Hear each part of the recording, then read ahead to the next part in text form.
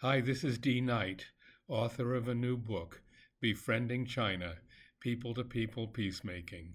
The audio version is now live on Amplify, where you can order it for $10, and then I'll send you a free copy of the eBook version.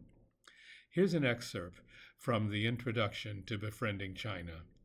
For Western visitors, there is reason for hope and excitement in the prospect of getting to know China better. I call it Befriending China. It rhymes with Defending China.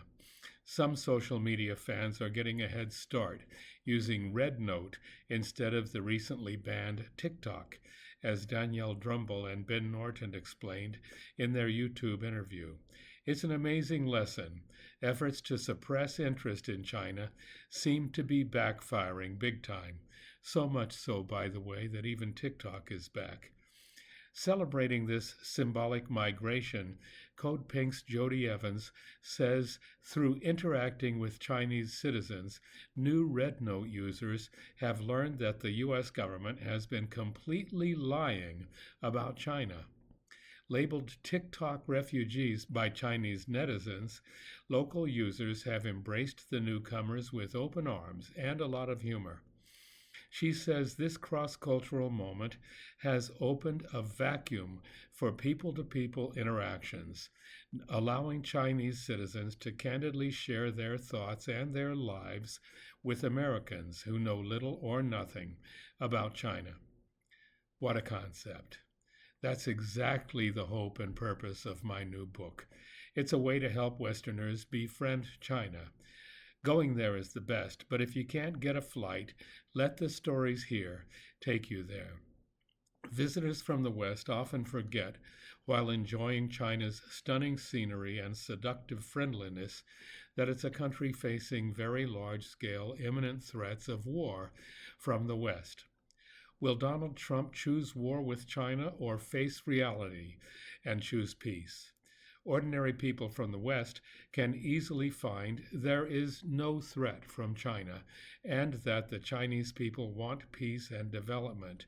Nearly all of them feel confident their country is on the right path, according to a recent Harvard University research study that found more than 90% approve of the country's leadership and direction.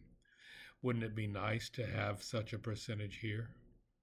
For hopes of peace to spread, a flood of visitors to China could help, while they enjoy seeing for themselves that China is not our enemy. In fact, it can be our ally.